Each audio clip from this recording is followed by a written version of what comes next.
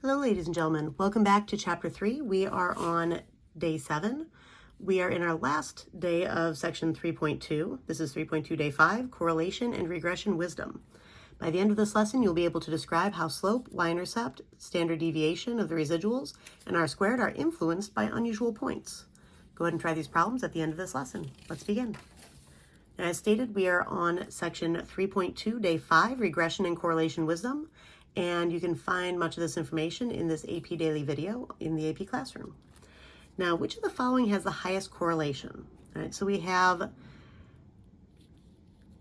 this positive linear relationship here. We have this obviously curved relationship here. We have this linear relationship with this unusual point up here, and then we have all of these points just stacking up over here and this point really far off. Now, the interesting part about all four of these graphs is that they're all the same. They have the exact same correlation. All right, they also have the exact same least square regression line. And that means that you need to plot the data before doing calculations, because all three of these graphs look vastly different from each other, and you would describe them very differently from each other. But if you only look at the numbers, R is exactly the same for all four of them, and your least square regression equation is exactly the same for all four of them. All right, so correlation and least square regression line are just a supplement to a scatter plot. All right, they're not the whole story. They don't reveal the form, so please be careful with that. All right, this is part of the whole correlation and regression wisdom idea. All right, now you can read much of the following information on pages 197 to 203. All right, so what is a high leverage point and what is an outlier?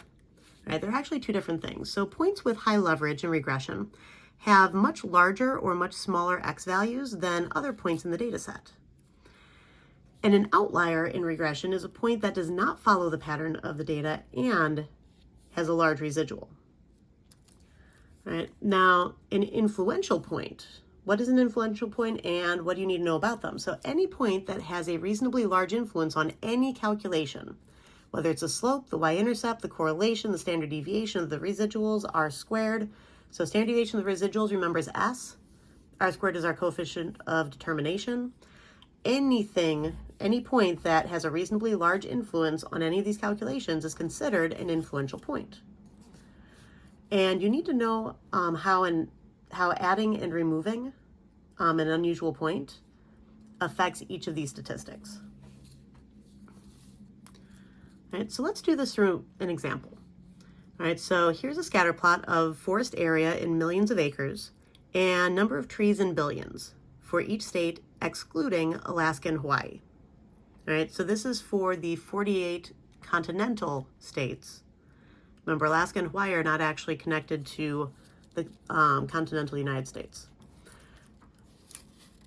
All right, so we have forest area in millions, and then we have number of trees in billions. Now for letter A, describe the effect of the point representing Maine, 17.6, 23.6, has on the equation of the least squares regression line, the standard deviation of the residuals, and r-squared, our coefficient of determination. All right, so if you take a look at Maine up here, notice that this point is not large in the x direction. It's kind of right in the middle, but it's definitely far above the pattern of the rest of the points. All right, so because the point for Maine is far above the regression line and slightly to the right of the mean of the forest area, so it's slightly to the right of where the central point would be for the x direction,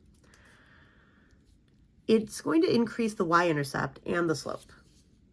All right, it's actually going to pull this line upwards. It's going to pull the y-intercept upwards, and it's going to pull the slope upwards a bit.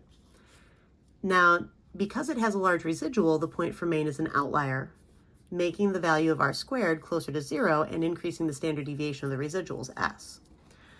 All right, so if you have a point that's far above the regression line, still towards the middle, but a little bit above the mean forest area, because it's a little bit above the mean forest area, that's why it's going to be changing the slope.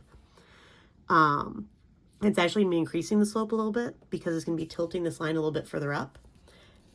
And it's also going to be pulling the entire line a little bit further up. Now, it having that large residual is what makes the r² value closer to 0. R² is closer to 1 when there's less scatter, when the line is a better fit. But increased scatter, which a large residual creates, makes the coefficient of determination closer to 0. And when you increase the scatter, you increase the residuals, which means the typical deviation of your predictions from your actual. So standard deviation of the residuals is going to increase when you have increased residuals. Now, describe the effect of the point representing Texas, 41.0, 19.0, has on the equation of the least squares regression line, S and r². All right, so let's take a look at Texas. So Texas is out here, and it's far outside of the other x values, which makes it more of a high leverage point. All right, it has a much larger x value than the other points in the data set. Now, because the point for Texas has an above average forest area and is below the least squares regression line, it's pulling the line towards itself, all right? That means that's making the slope of the line closer to 0, basically shallower, and the y-intercept greater because it's literally taking this line and it's tilting it towards itself, right? So as you take this line and you tilt it towards Texas, you're tilting that line downwards a little bit and you're pushing that y-intercept up a little bit. All right, so it's taking the slope of the line closer to 0 and the y-intercept making it go a little bit higher. Now, because it has a very large forest area relative to the other states, it's a larger x relative to the others, it's considered a high leverage point. All right, so as it's in the linear pattern of the other points, the point for Texas actually makes the value of r² closer to 1, so it's making the relationship stronger. And because its residual appears to be fairly typical in size, notice that Texas is actually pretty close to that regression line. The point for Texas doesn't affect the standard deviation of the residuals very much. So it doesn't affect S very much. So you have to look at where it is in relation to the rest of the points, as well as where it is in relation to the regression line, to see what kind of effect it might have had. Now, does association imply causation, and how can you show cause and effect? Now, association implying causation. No. Flat out, no. Do not imply cause and effect with your wording unless you know you are allowed to. This goes back to our levels of inference that we are allowed to refer to. All right. You need to randomly sample from a population to be able to infer about that population, to be able to say anything about the population. You need a well-designed randomized experiment to determine cause and effect to be able to infer about causation. So look at how your data was gathered to determine the appropriate level of inference. If you do not have a well-designed randomized experiment, and you're not looking at an extremely long-term, huge study that is basically collating studies for decades, then you're not determining cause and effect. All right, so look for well-designed randomized experiments for causation. If you don't know how the data was gathered, you can't assume anything in terms of inference. You can notice an interesting relationship, but it would take further study to say anything else.